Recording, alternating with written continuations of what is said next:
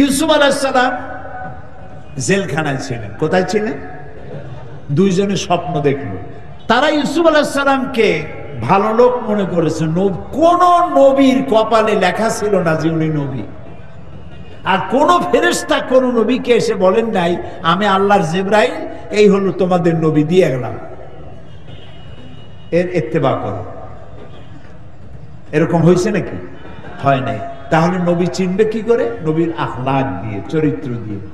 জেলখানার কয়েদিরা ইউসুফ আলাইহিস সালামকে চিনে ফেলেছেন।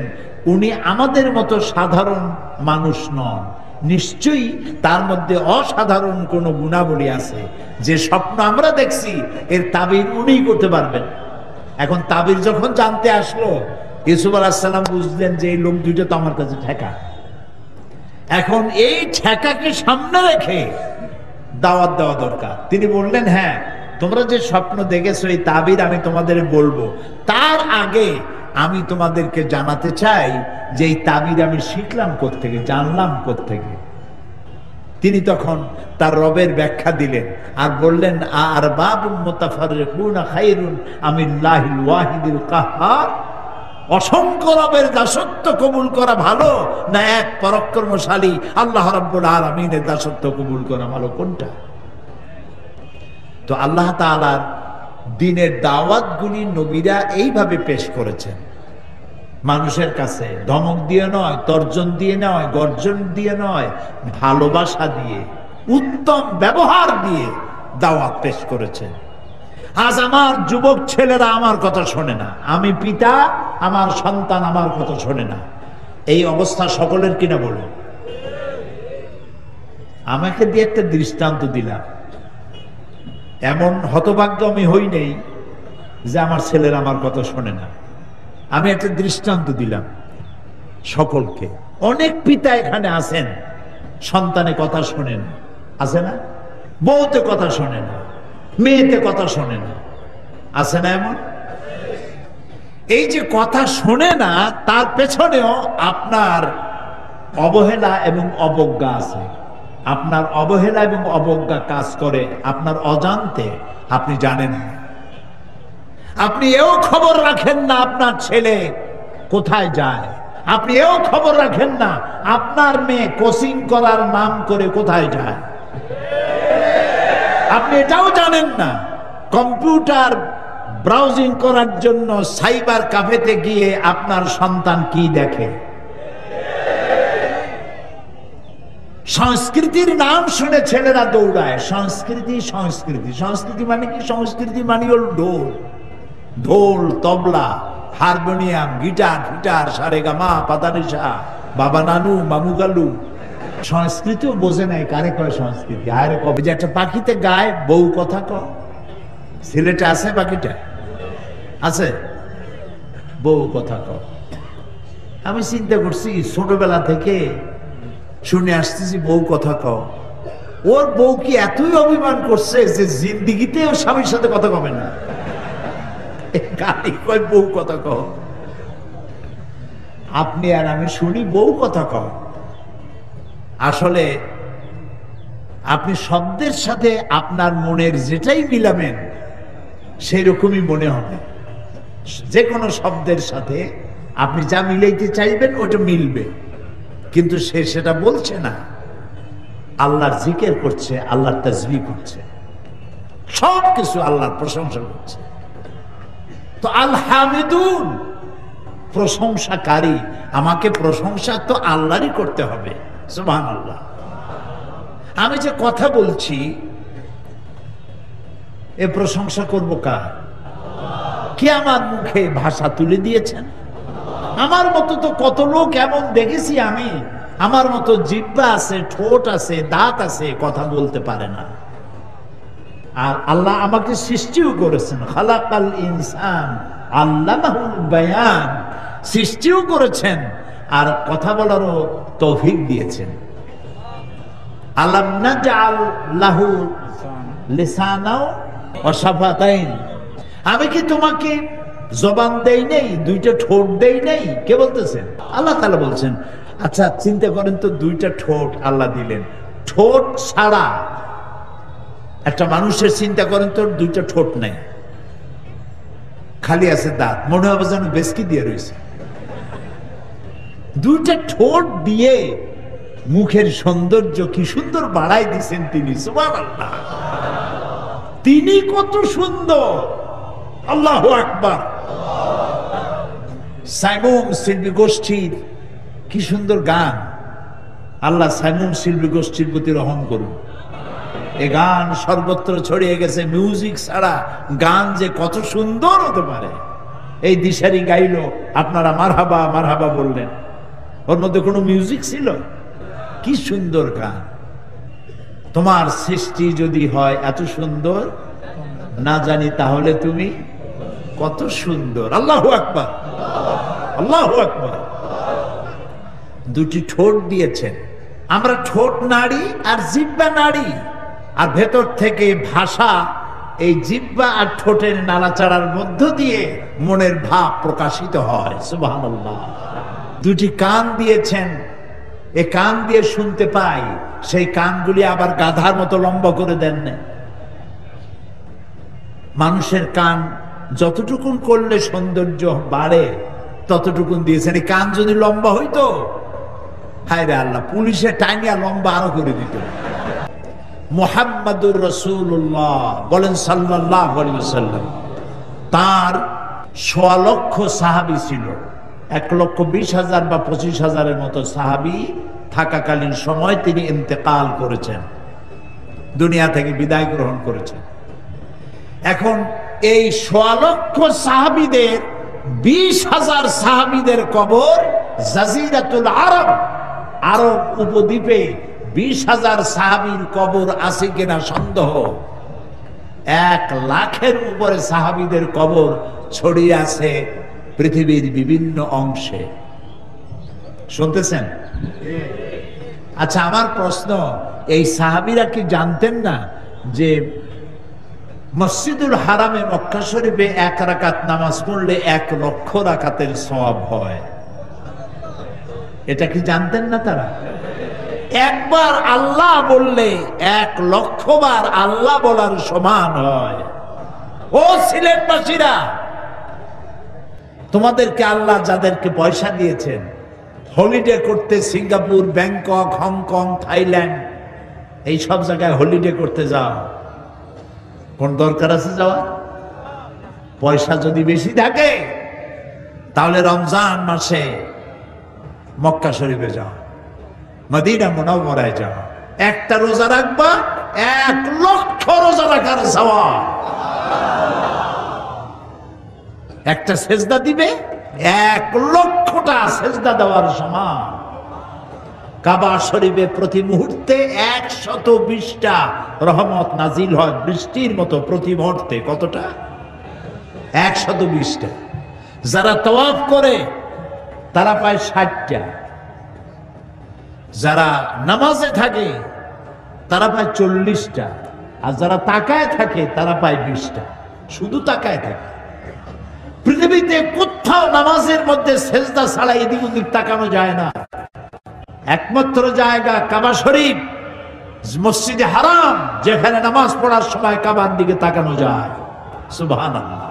যাদের পয়সা কড়ি আছে রমজানে যাবেন, তেলাওয়াতে কি মজা। সুবহানাল্লাহ। শেখ আব্দুর রহমান আস-সুদাইস, শেখ সৌদ আশ-শুরাইম, আব্দুল্লাহ আল জাহনি তেলাওয়াত যখন করতে থাকে মনে হয় কোরআন নাজিল হইতেছে। পৃথিবীতে কোথাও নামাজের মধ্যে কান্দাকাটি হয় না। ব্যক্তিগতভাবে কেউ কানলে সেটা ভিন্ন কথা, কিন্তু মসজিদে হারাম আল মক্কি, মসজিদুল হারাম আন নববী আশ শরীফ, মদিনা আল মুনাওয়ারা, নামাজের মধ্যে কি কান্দাকাটি হয় যাদের কপাল ভালো যায় দেখেছেন। চোখের পানি রক্ষা করা কঠিন, মানুষ কান্নার রোগ পড়ে যায়। ৩০ মিনিট ৪০ মিনিট মোনাজাত লম্বা হয় নামাজের মধ্যে, আর মোনাজাতের মধ্যে গিয়ে শেষে গিয়ে বলতে থাকে আল্লাহুম্মা লা তারুদ্দানা খাইবিন, আল্লাহুম্মা লা তারুদ্দানা খাইবিন। আল্লাহ তাআলা একেবারে কিছু না দিয়ে খালি হাতে আমাদের ফেরত দিও না। কাবার সামনে রেখে মোনাজাত হচ্ছে। সাহাবায়ে কেরাম কি এটা জানতেন না যে কাবা শরীফে নামাজ পড়লে, মসজিদে নববীতে নামাজ পড়লে এত সওয়াব হয়? জানতেন না তারা? তারপরেও তারা যে বাইরে চলে গেলেন, কবর হলো রাশিয়ায়, কবর হলো চায়নায়, কবর হলো ইন্দোনেশিয়ায়, বিভিন্ন দেশে কবর হলো তাদের। কি জন্য? নবীর নির্দেশে, আল্লাহর নির্দেশে, আমার দাওয়াত নিয়ে ছড়িয়ে পড়ো বিশ্বময়, সারা দুনিয়ায় ছড়িয়ে পড়ো। কারণ এই দাওয়াত ছাড়া মানুষ সঠিক পথে আসতে পারবে না। সঠিক পথে আনার জন্য দাওয়াতে দিন, দিনের দাওয়াত নিয়ে ছড়িয়ে পড়ো। দাওয়াতটা কিভাবে দেবে সেটা আল্লাহ তাআলা বলছেন, বিল হিকমা, হিকমতের সাথে দাওয়াত দিবে, কৌশলের সাথে দাওয়াত দিবে। হিকমা কি? হিকমার যতগুলি তাফসীর আমি দেখেছি তার মধ্যে আমি যে সিদ্ধান্তে পৌঁছেছি তাফসীরগুলি দেখে, সেটা হচ্ছে এই যে হিকমা বলতে অনেক কিছু বোঝায়, কিন্তু মূল যে কথাটা সেটা হলো, হিকমা হলো নবী করিম সাল্লাল্লাহু আলাইহি ওয়াসাল্লামের আখলাকে হামিদা, তার উন্নত চরিত্র, তার উদারতা, তার ভালোবাসা, তার দাওয়াতের পদ্ধতি, এটাই হিকমার অন্তর্ভুক্ত। আর একটা হিকমত হতে পারে যে দাওয়াত আপনি যাকে দিচ্ছেন তার আকল অনুযায়ী দাওয়াতটা পেশ করবেন। আপনি যে যা বুঝে না আন্দাজে তা বুঝাইতে যাইয়েন না, তাহলে বেকার হবে, সে বুঝবেই না। তবে সব থেকে বড় কথা হলো মানুষকে দিনের দাওয়াত দিতে হবে হিকমতের সাথে। আর হিকমতটা রাসূল যেভাবে অনুসরণ করেছেন সেটা কি? আল্লাহ রাব্বুল আলামিন বলেন, ফাবিমা রাহমাতিম মিনাল্লাহি লিনতা লাহুম ওয়ালাউ কুনতা ফাদ্দান গালিদাল কলবি লানফাদ্দু মিন হাওলিক। হে রাসূল, আপনার প্রতি আল্লাহর করুণা হচ্ছে এই যে আল্লাহ তাআলা আপনার মনটাকে, হৃদয়টাকে, কলিজাটাকে নরম করে দিয়েছেন। তাই যারাই আপনার কাছে আসে একেবারে লেগে যায়। সুবহানাল্লাহ। আর যদি আপনার দিলটা কঠিন হতো তাহলে মানুষ আপনার কাছ থেকে সরে যেত। দাওয়াত দিবেন আপনি মানুষকে উত্তম ভাষায়, ধমক দিয়ে নয়, তর্জন গর্জন করে নয়। আল্লাহ তাআলা মুসা আলাইহিস সালামকে বলছেন, ইযহাব ইলা ফিরআউনা ইন্নাহু তাগা, ফিরআউনের কাছে যাও আর দিনের দাওয়াত দাও।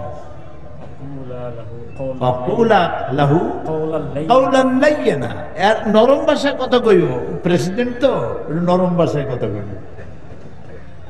আল্লাহ শিখাই দিলেন। ইব্রাহিম আলাইহিস সালাম তার পিতাকে দাওয়াত দিলেন। ইব্রাহিম আলাইহিস সালাম কি? আবুল আম্বিয়া, সমস্ত নবীদের বাপ, গোটা মিল্লাতের, মুসলিম মিল্লাতের বাপ তো বটেই।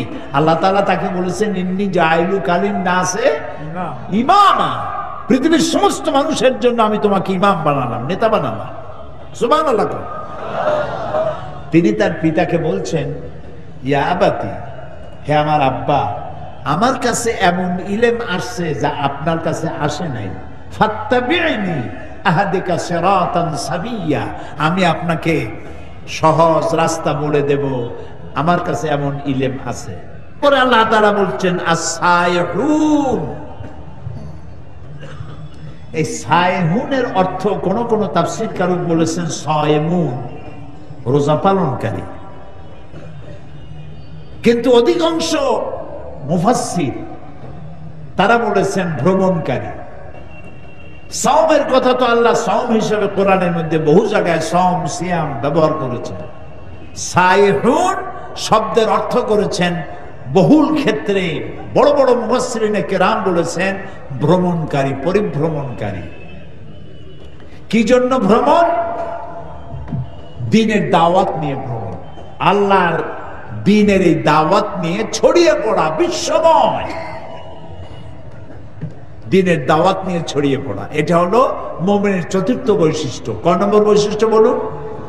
4 নম্বরের বৈশিষ্ট্য হলো দ্বীনের দাওয়াত নিয়ে ছড়িয়ে পড়া। যেহেতু আমরা হচ্ছে উম্মতে দাওয়াত, আমরা কি বলেন?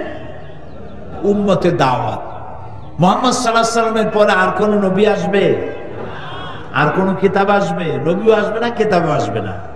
মনে রাখুন, স্মরণে রাখুন, পৃথিবীতে কিয়ামতের দিন কোন মানুষ যদি আল্লাহর কাছে দাবি করে বসে যে আমি ইসলামের দাওয়াত পাই নাই, তাহলে দায়ী হতে হবে আমাদেরকে। দায়ী হবে কারা?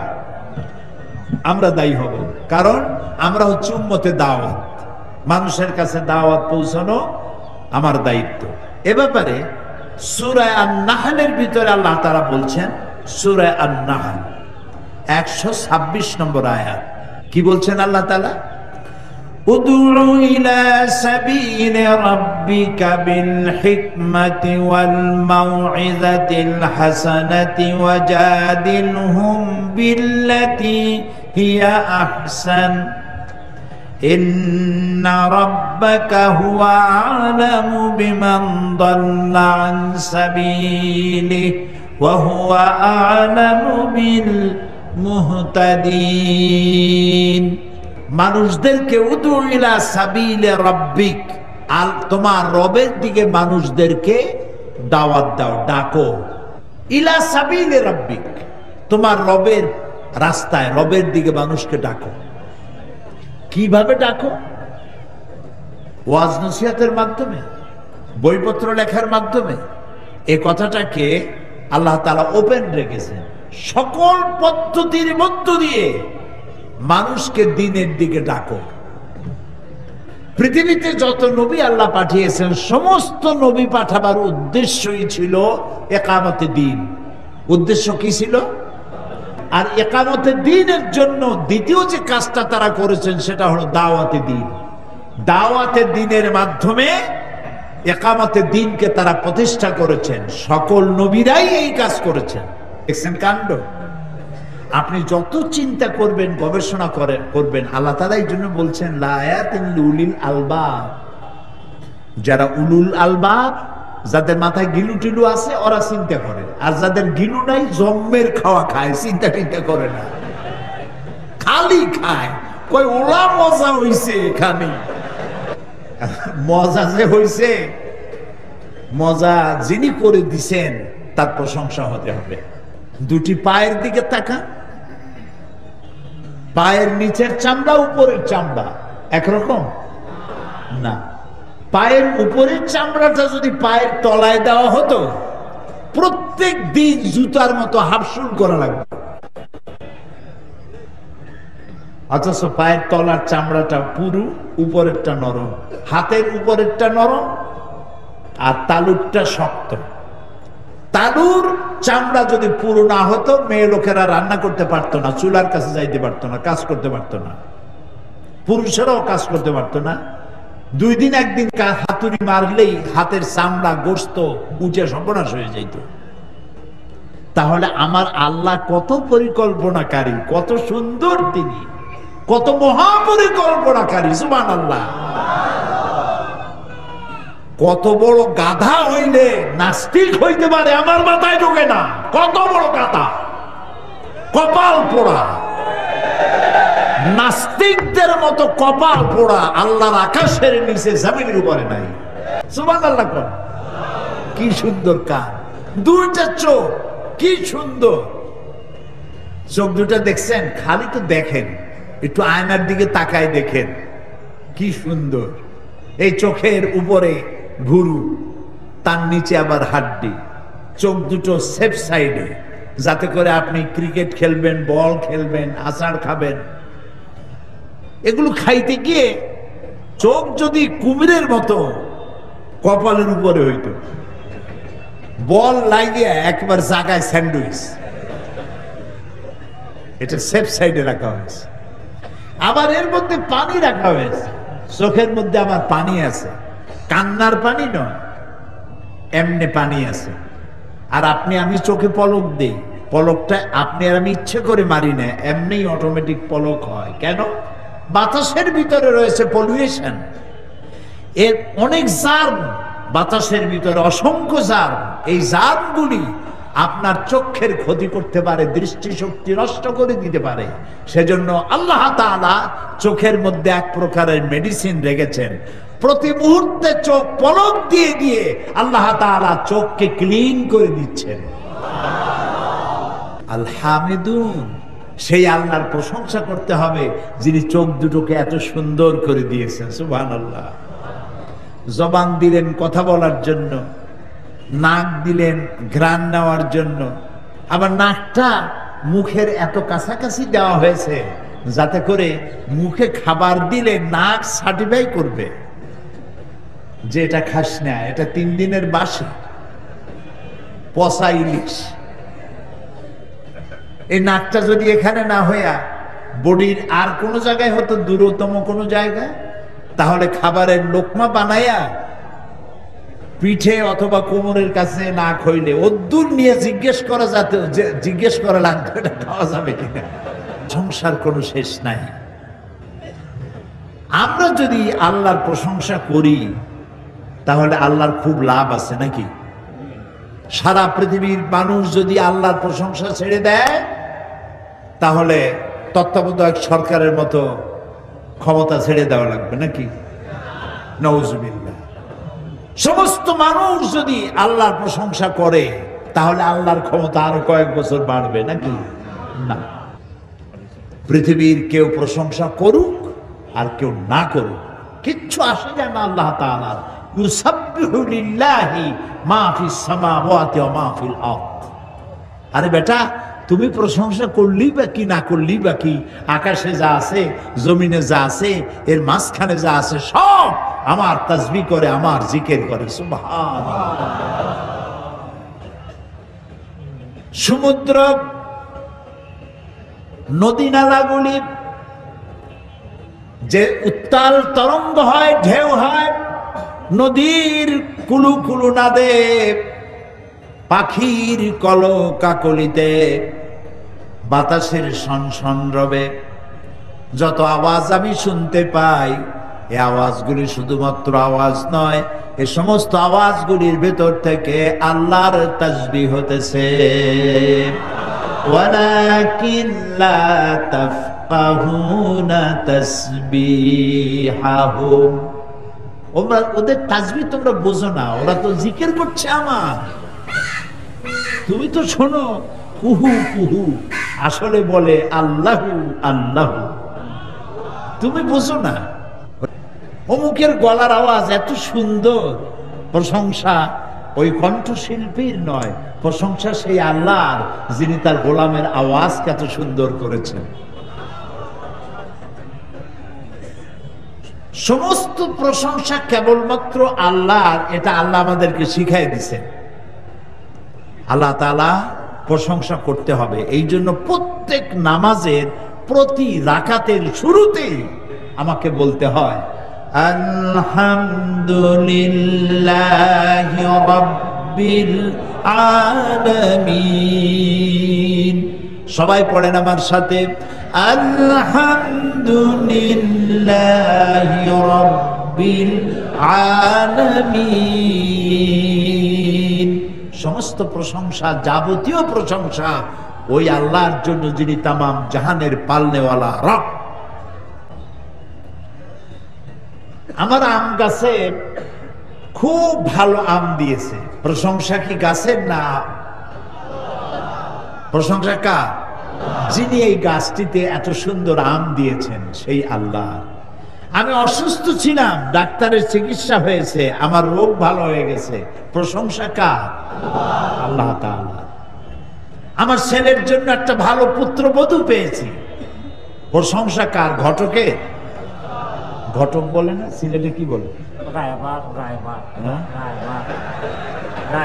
রায়বার,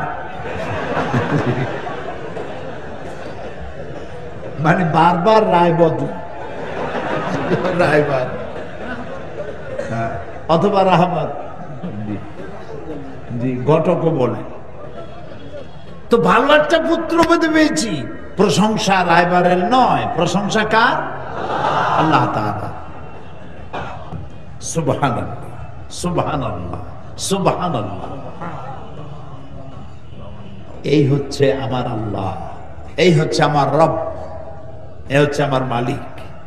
আল্লাহু আকবার। আমি এমন আল্লাহর গোলাম হতে পেরেছি, ধন্য আমার জীবন, ধন্য আমাদের জীবন। এমন আল্লাহর প্রতি ঈমান আনতে পেরেছি, ধন্য আমরা সবাই, আলহামদুলিল্লাহ। বাকি আল্লাহর কথা অনুযায়ী যেন জীবন চালাতে পারি, এ তৌফিক যেন তিনি আমাদেরকে দেন, বলি আমি। গেল কয় নম্বর? 2 নম্বর। তৃতীয় নম্বর হচ্ছে আল হামিদুন, প্রশংসাকারী। প্রশংসাকারী, প্রশংসা হবে কার?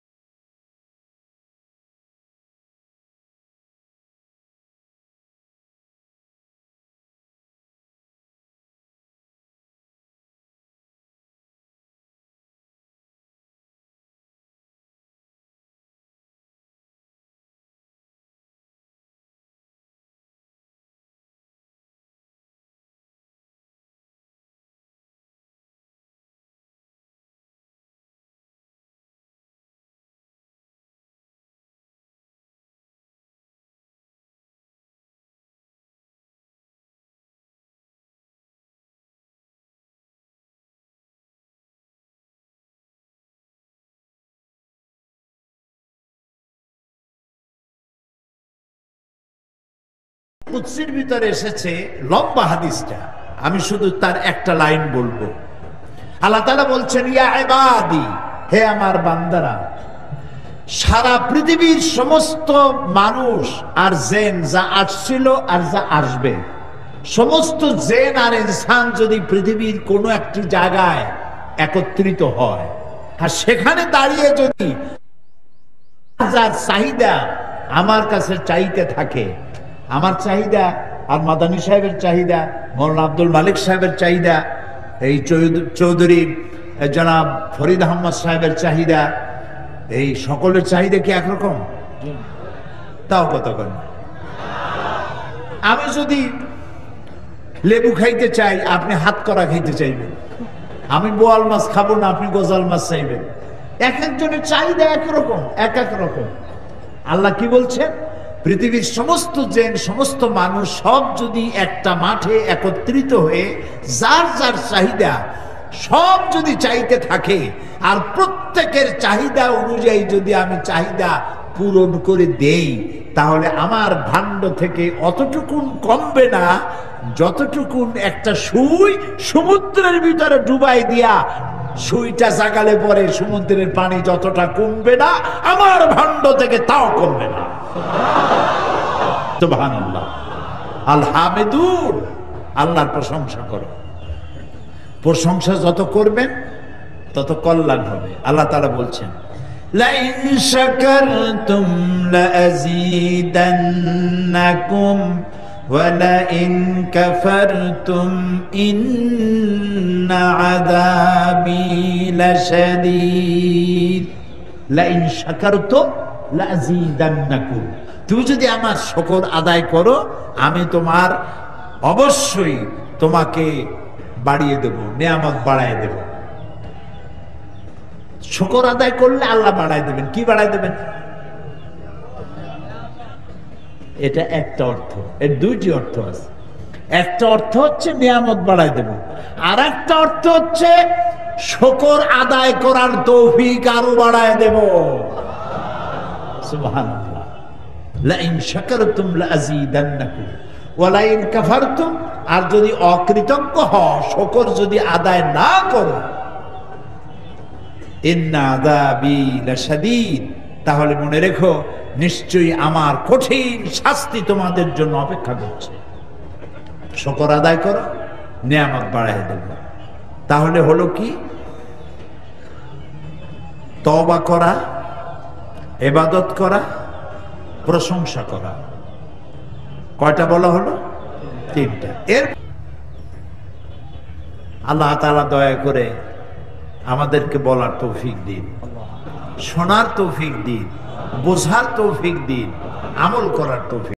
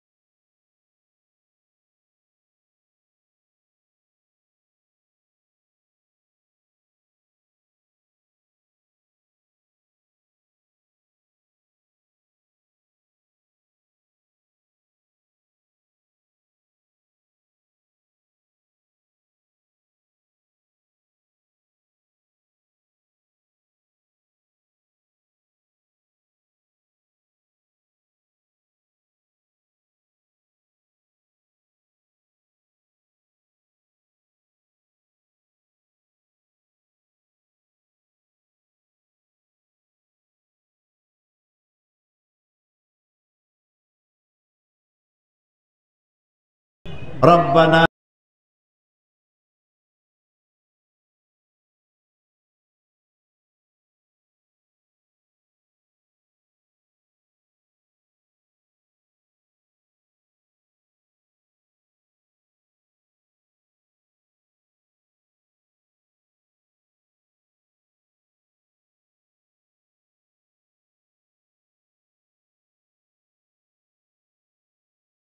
আমরা প্রাণ ভরে আমাদের রবের প্রশংসা করে নিলাম। তিনি যে প্রশংসা করতে দিলেন দয়া করে, সেজন্য আবারও বলি আলহামদুলিল্লাহ। প্রিয় ভাই সব, গতকাল আমি কোরআনে কারীম থেকে আপনাদের সামনে কথা বলেছি